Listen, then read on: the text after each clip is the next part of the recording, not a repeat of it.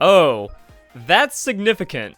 And I'm very surprised that Game Freak gave us this much in the most recent Nintendo Direct, but now we have a map of the Isle of Armor and screenshots and more gameplay, which means we can then compare that to the map, screenshots, and gameplay of the wild area in Pokemon Sword and Shield. So from the trailer, they take us to the wild area and then they fly us over to a place that isn't yet available in the game, and then we can kind of see how that compares, because, you know, Watchtower Ruins, that's an area. Each little bit of these dotted lines is an area, and we have that on the map in a similar style for the Isle of Armor trailer. So we can start using this to break down like how it feels in comparison to the wild area, because the wild area is something weird. You know, you look at it, it feels huge, it feels vast and expansive, but it only takes a couple of minutes to fully go through the wild area. Even like from one side to the other doesn't take that long at all, and it has like this weird depth of field to it, where sometimes things are closer than they appear, and sometimes things are just further than they appear. And we can also just kind of look little bits of patches of grass. Each area is effectively a mini route that has set Pokemon spawning in that area, and then you can just kind of go through it like that. So we're passing dozens of different species of Pokemon, dozens of different Gigantamax, not Gigantamax, but, you know, max raid battle dens. So it just kind of does its own thing. And yeah, like I said, like it felt a little smaller than it is, but now that we've taken these alternate paths, now that we've explored through it, pretty big. But at the same time, like when you know where everything is, you just bounce from one area to the other, and it really shrinks the wild area. And I feel like the same thing is happening with the Isle of Armor. So what I did was I took some screenshots. I also compared it to the information that we have from the Pokemon Direct that came out in January, because we have all of this going on as well. I might be able to speed this up to like a half second. So we have like crazy flower tree, we got forest, and then we have the swampy area or the marsh, and we can see all of that in the trailer. So the next screenshots are going to be a mix from what we've seen in the Nintendo Direct and in the Pokemon Direct. So this is the Pokemon Direct. We already got a nice little tease of what to expect. I mean, that looks good. But it's hard to compare that to the wild area, because a lot of verticality was built in to give that grand scale for the trailer, for the promotion of Pokemon Sword and Shield, to be like, yo, this is it. But I mean, even when we make it to an area like this, that looks pretty big. You know, we still have a lot to cover. There's lots of grass. You can even see like little lakes and other bits of terrain that kind of stand out. And this is about as flat as it gets, but it's obstructed by these massive pillars that we have. So it doesn't feel exactly the same, and it does have that bit of openness to it. So we have the Motostoke Riverbank, we have the Bridge Field, and the Stony Wilderness, and that's pretty much all visible from where we are right now. So it's 3 areas of the wild area, and also some of it just doesn't scale exactly the same. It's kind of like when you look at a globe. The globe is not 1-to-1, so that's kind of like squeeze and fit in. So I don't think we can just like take this, put it over the Galar region, and be like, this is exactly how big the Isle of Armor is going to be. But some places do look smaller, and some places feel a little bigger compared to what we've seen on the map. So now we can go back to the screenshots that we have here. But yeah, that seems pretty good. Pretty nice right there. This is going to be the entry area. We've seen a lot of this, and we're going to see even more. So this is still from the Pokemon Direct. This just kind of seems like one of the areas that's kind of out there. I also have this kind of set up so we can, you know, scroll around and try to identify where things are. I guess this is kind of over here because it's a nondescript, beachy, hilly terrain area. I don't really think it's anything over here. Like, this just seems cliff or mountain, and then there's going to be like little cave and water exits, but nothing like interesting. Now, what I do want to take note of is there's like a crown over there, or something that seems a bit more descript inside the land, or like some kind of detail. So that might mean something. And then we just have all of the other things, and that's also worth comparing to the official pictures that we've been given, because that makes it look pretty big. And I don't think that scale is lying to us too much. So we have like this nice little inlet area, and that is very visible on the map, because as we can see right here, we have main island, we have a little like outlet area, and then we have the cave that leads in, and then all the way over there on the hill, that's where we have the Dark Dojo. So seems to line up that way. That's why I mean it's kind of hard. So this is going to be facing the tree. So I mean, there's the Tree of Life Flower Island. However, that's the end of the map. So, I mean, it's like, we're here, and then we're there, and then, like, that's as far as it goes. But again, I don't think the one-to-one scaling is going to be exact. And I really hope that you can fly there, because this might be a 7.8 out of 10 too much water to a degree. Like, I like that there's islands breaking it up, but the water travel in the wild area isn't the most exciting or engaging thing. Now, I don't know if that was by design in the wild area, and they're going to mix it up for the rest of this, but if you just, like, kind of cross over through the lakes, there's not really much going on. Whereas with this, there's a lot of stuff going on. You can find a new patch of grass, you can find some items, there's also, like, wandering Pokemon. So I guess this actually might be a sign of what they plan on doing. They might be adding a lot more water Pokemon, a lot more flying type Pokemon, dragon type Pokemon to the national dex, because they're all just going to be these spawns on water, and they're going to be kind of tricky to pinpoint, like, as landmarks and locations and stuff like that. But when you're doing this, like, not really too much going on. Like, sometimes wild Pokemon pop up everywhere, but if you, like, took one of these lakes and you made it larger to kind of fit the scale that we have for the Isle of Armor, oh, not that one, could get interesting, because it's a lot of water. But at the same time, this also could be crunched, because, like, that marsh area doesn't look that small as compared to the map, as to what we've seen with the other gameplay. So that's also going on. And then we can see this is from the new trailer. So this is from the Nintendo Direct Mini. So that screenshot that we had, we pull back away from it, and then we see a bridge. We can see there's multiple patches of grass. There's, I think, at least 5 dens on screen. So 2 visible ones. There's, like, one over here, and then, like, one over here, and then another one over here or something. So that gives us a good scale. And then as we're fading out, or as we're panning out, this is where we arrive. So we arrive at this station. I don't think it's a train station because it shows the Corviknight taxi, so that's a thing. We have a beach, so maybe this... Now this actually looks different, yeah. Because if you look over here, there's a path that leads to the marsh or a forest. So, I mean, there is, like, a lot of little detail. Like, hey, you can go over this way, you can go behind this rock, and you can go up to this tree, and there's patches of grass, and then there's a new area over there. So, much like we see in the wild area, it actually is not an insignificant amount of distance, and it doesn't take an insignificant amount of time to meander around with all that stuff. Yeah, you could look over there and be like, oh, I want to make it to the top of that hill. But once you actually get applying into it, it's some time. Now, it's not like, you know, takes minutes. It's not an adventure to get from point A to point B as much as in Legend of Zelda Breath of the Wild or a couple of other things. Remember, like a Nintendo representative said, the wild area feels like a region inside of Breath of the Wild, or a couple of regions inside of Breath of the Wild. So we were trying to use that to figure out the map, and it does feel pretty honest. So you have some, you know, significant distance here, and they might be scaling it out just a little bit more from what I see in the Isle of Armor. But as I get more into it, there's also times where it feels like it's kind of small. You know, it's not like we're getting an entirely new wild area or something. So we have the forest, and the forest is where things get tricky, because this also makes me feel like the Isle of Armor is more route-based. That's not, you know, full open world, open exploration. You kind of just get a big bowl to play in. You know, there is a lot more path. There's hills in your way. It's, I wouldn't say linear, but it doesn't have just like a complete open field to it. So this is going to be a part of it, and then there's a tree, and then there's more patches of grass, and there's probably some dens hiding around in here, but it does feel like how we imagined the routes in the Galar region would be. So they're just sprinkling some of that in. It doesn't feel like it's all 100% untamed wild area. There's a bit of that like linear feel to it. So it's like 75% wild area, 25% routes, but it all has wild area gameplay, which is going to be kind of interesting, because that's, again, what people wanted or were expecting out of Pokemon Sword and Shield. So larger Pokemon Sword and Shield routes, that's cool, but will they feel big enough is the question. And then we have this. There's like a bank, and then water, and then a lot of stuff over there. So once again, like trying to figure out where this is. Guessing it's like up through here or something, and then we're facing down this direction, and then we're seeing like all of the beams that are coming from this area or something. So it doesn't seem like that, since we don't see like the starting area or anything. And this only has like a little beach with an inlet, so maybe.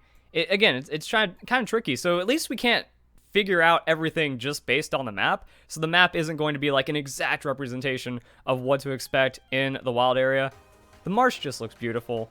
This is like, hey, this is a chunk straight out of the wild area in the Galar region, or like in Pokemon Sword and Shield.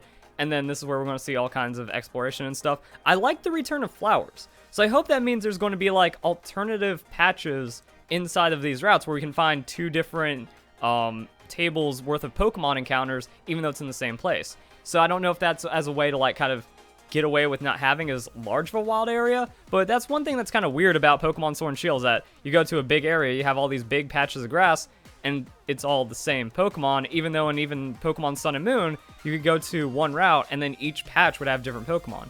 Now, I think there are like some weird table interactions, like Giant's Cap has pre-evolution and evolution Pokemon in different ones, like Solosis and Duosion. Those appear differently in like 1 or 2 others, but it's not a common thing in the wild area. And it is like pretty niche in that way, so it's its own thing. But I mean, that looks pretty awesome. Like, I'm down for this. That's going to be hype. And then we just get to crash through here. Probably have some strong Pokemon spawning in these little water patches. And then, again, more exploration. But this is where the wild area shrinks for me. Or at least this one. So we have a bridge right here. And this was from the new Nintendo Direct Mini. It looks beautiful. I'm guessing there's probably like a water path where you can find your way into it. Yeah, that makes a lot of sense. You know, you come in through here, that's the water path, and then you can get in through these bridges. So, and also there's like there's even a lake, or not a lake, a bank right here. So we can actually join in right here. I thought it would have been pretty wild if you had to like go to another area and then this water was only accessible, but it's accessible everywhere. So it seems more like a highway to get from one area to another, depending on whatever cross section you land on. So I mean, yeah, they're adding into it like that, but I'm kind of disappointed because it looks really small. Like, it looks like you're in that forest. We see this other forest gameplay, and you're like, oh, hey, there's going to be a good chunk of forest. But no, the forest actually seems like a route. And I guess, like, having a route as a part of a wild area, compared to the rest of the size of the wild area, as a part of DLC, you're only paying $15 for the Isle of Armor. You're still getting Gigantamax starter Pokemon, the new legendary Pokemon, the storyline with that, and the dojos. That's a lot of stuff. So we do have to keep it in some kind of limitation, but it seems like when you see things like that, it's like, all right, there might be moments where this feels a little small when you can kind of make out everything right there. So this is going to be right outside of the dojo, and then we're going to be kind of seeing another cave. So I think the big thing about this is it's all going to be connected. There's still sprawling expanses. There's still a lot of distance, and even though there's not a lot of grass here, I feel like there are going to be overworld Pokemon. There's some grass over there, and then this is just like tons of dens in a short area. So it's going to have its own thing. I'm wondering if the main draw to this region, or like, you know, this area of the map, like all this, like this seems like no man's land, what's highlighted, and then that's going to be where all that stuff is. So I mean, we can still outline this area of the map, and it's still a good chunk of the map going on. We have the inside of the cave. This was shown in like the trailer and the Pokemon Direct, and now in the Nintendo Direct Mini. So some of it has some water, some of it you just run through it, and it looks like a fork in the path. So if we take this and we see this fork right here, that seems to line up with this right here, whatever's going on here. So I find it interesting that if you take this water path, you know, the path spills out into the ocean, and that was what we saw in another thing. I don't think I have that screenshot pulled up, but it is apart from like some point here. We're going through all of this, so there's a lot of crazy stuff going on. There's a lot of, yeah, there it is. All right, so I think I'll catch it, and we just did. Now we yeah, sorry for scuffing this near the end, but there we go. So this part, I think that this is going to be the part like you find a bank inside the cave, you pull off into it, and then it's going to dump you off into the ocean, something like that. You know? I think that's going to be how that one breaks down. And then we see the inside of the cave to an outside. Like, where's that? You can't, oh, actually, no, never mind. Oh, I didn't notice that. That's that. This is coming out of the cave. Right there. I didn't catch that before, but now that we have the map, now that we have other screenshots and more gameplay, we can see and figure out each individual area. Like, the arch is a giveaway, but maybe this was like on the opposite side of the island that has similar terrain or something. So that fully explains that. And then that's just another cave that then goes into the forest. So I do like that it loops back around. And maybe these paths between the areas are going to be how they get, you know, the depth, the distance, the full explorability out of it. But, you know, the unfortunate thing is we don't hop into all these hills. no, we don't hop on these hills and that's another area. It seems like a lot of the caves are going to be the exploration there, and then there's just going to be walls and paths kind of guiding us instead of having a more just open 95% go wherever in the wild area. So they're doing their own thing, and I think that also can be refreshing. We're just going to have to see how that gameplay ends up going through with that one. Cave, and then this seems to be on the far end of the island, like here or here, because like there's a bridge, and there's also a den by the bridge. That actually looks pretty neat. So if we see this, like, yeah, that's kind of cool. So you go to the beach, you loop around, there's a den right there, there's a cave. Oh, maybe this is facing south. So it's also, yeah, like this is facing south because I think that might be the arch over there. So you can see everything. And depending on how far away that everything is really going to determine how large this wild area is going to be. So if we're facing south, actually no, it might be impossible to see that. But yeah, so there's a cave. This one's actually tricky. Maybe you guys see it and I don't, unless it's this cave. But then that'd be through the forest. Could be this cave then, which means we are facing north, and then these islands over here are what we're seeing. So it's like, how does the bridge come into play? Like, oh, maybe it's that. That seems to make the most sense, right? So if there is, are we in like the island? Because there's an island here. Maybe we're there. And then we see that beach, that cave. Yeah. Guess that makes more sense. And then we get to see some over here, and then this is still off screen, but this looks like a small little island just from like when you pick up the little bits of gameplay stuff going on. So yeah, but there's a water. Oh, see, that's also what's getting me. There's water going into the cave, so it's not this cave. There's like a cave here. It's weird, is what I have to say. And then we can't really like see a lot of the wild area then going into one of the dojos, but there is stuff. There is stuff out there, and you can make your way to that stuff as long as the stuff doesn't feel super far away and there's a lot of waypoints. Like, that's my only complaint about the wild area, but that also shows that the wild area is big, I guess. Like, I wish I could use the town map and I could fly to a couple more. You know, I'd like to go to, it's so weird. The wild area is weird like that. It's big and small at the same time. You know, it's not like you have the largest area. Well, it is kind of like the largest area in Pokemon, but it's not like the dream open world massive MMO feeling kind of area in a Pokemon game, but still pretty big. So like, I want to be able to fly to the Dapple Grove, that way I can go straight to the Lot Trader. But I mean, that's only one area away, like one area between where you can actually fly, but it's still a distance. That's still a little bit of a hike. It takes some time to get there. Same thing for all these other areas, like, you know, getting over here. I wish I could just fly here, because you have to snake around like the hills and you have to do some weird loopy stuff over here and stuff. So I'd like to be able to fly there. Straight into the Dusty Bowl would be a lot more helpful. Maybe Lake of Outrage, because Lake of Outrage is out of the way, but it's kind of like the end game place, so maybe you're supposed to like adventure there a little bit. So I hope that on the Isle of Armor there's a lot of different places that you can fly to, because it's like, yeah, that has to be a must. Like, if I can fly directly there, because that tree means something, I just don't really know what else is going to be there, because it looks really small. It honestly does. And then it's like, okay, I can surf there, and surf there, I can surf to wherever there. That's going to be a point, that's going to be a point. That goes into a cave. That's its own cave. We haven't seen this yet. This looks like either the top of the hill, because that's like cave entrance, cave exit, top of the hill, or maybe just like some kind of like mini desert inside the hill. And then that could be where we can fit in some like ground type Pokemon stuff. So that looks all right. This we haven't seen a lot of. But we see the marsh. Marsh looks pretty big. So, I mean, you take this little area, you scale it to the size of the marsh that we've seen. Not there, not there. There. All right. With the gameplay that we're familiar with from Pokemon Sword and Shield. All right. So, yeah, like I said, like that marsh could be as big as both Bridgefield and the riverbank. Yeah, this seems that way. So Bridgefield, riverbank equaling this.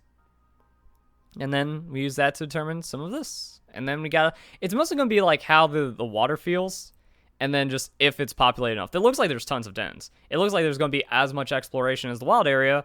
So we're getting an entirely new wild area for 15 bucks, and with a little bit more in a story and some caves that we don't fully know about and a little bit of forest area, and that kind of feels like a route. So like 1.25 times the wild area. I think that's fair with all these ramblings and assumptions I've been making. So if you guys enjoy the video, hope you have a nice day. Thank you very much for watching.